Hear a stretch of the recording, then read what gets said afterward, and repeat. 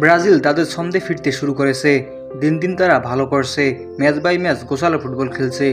Vini ভালো করছে, প্রতিটা ম্যাচে গোল করছে। এর পিছনে কার্লো আনচেলত্তি বড় দায়িত্ব পালন করলেও মাঠে এই কাজটা গোপনে করা যাচ্ছে ব্রাজিলের মিডফিল্ড। ব্রাজিলের মিডফিল্ড নিয়ে স্কোয়াড ঘোষণার সময় অনেক বিতর্ক হলেও কার্লো আনচেলত্তি চুপ ছিলেন। তিনি জানেন কাকে বাদ দিয়ে কাকে নিতে হবে। সবাই বলাবলি করা শুরু করেছিল আর্জেন্টিনা, পর্তুগাল, স্পেনের মিডফিল্ডের সামনে ব্রাজিলের মিডফিল্ড কিছুই না। তারা এখন কি বলবেন? Bruno Guimaraes, Lucas Paqueta, Casemiro ও মাতিউস কুনিয়া যেভাবে তারা মিডফিল্ড সামলাচ্ছেন, তাতে ব্রাজিলের মিডফিল্ডে বড় নামধারী তারকা না থাকলেও ব্রাজিলের মিডফিল্ডকে বিশ্বসেরা মিডফিল্ড বললেও ভুল হবে না।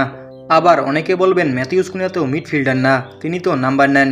তবে ব্রাজিলের খেলাটা ভালোভাবে পর্যবেক্ষণ করলেই বুঝতে পারবেন কুনহা আসলে নাম্বার 9 হলেও তিনি মাঠের সব জায়গায় খেলেন, বিশেষ করে মিডফিল্ডে।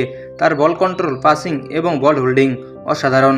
অন্যদিকে লুকাস পাকুয়েতা, তার ball control, passing, holding, dribble ও চান্স ক্রিয়েট সব দিক দিয়েই পারফেক্ট প্যাকেজ।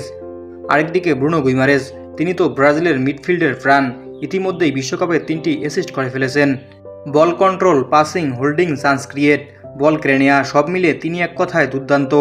আর ক্যাসেমিরো, যখন Bruno Guimaraes, Lucas Paqueta, Cunha মিডফিল্ডে বল কন্ট্রোল করেন, তখন তিনি বিপরীত দলের কাউন্টার অ্যাটাক ডিস্ট্রয় করেন এবং ব্রাজিলকে প্রতিপক্ষ দলের কাউন্টার অ্যাটাক থেকে রক্ষা করেন।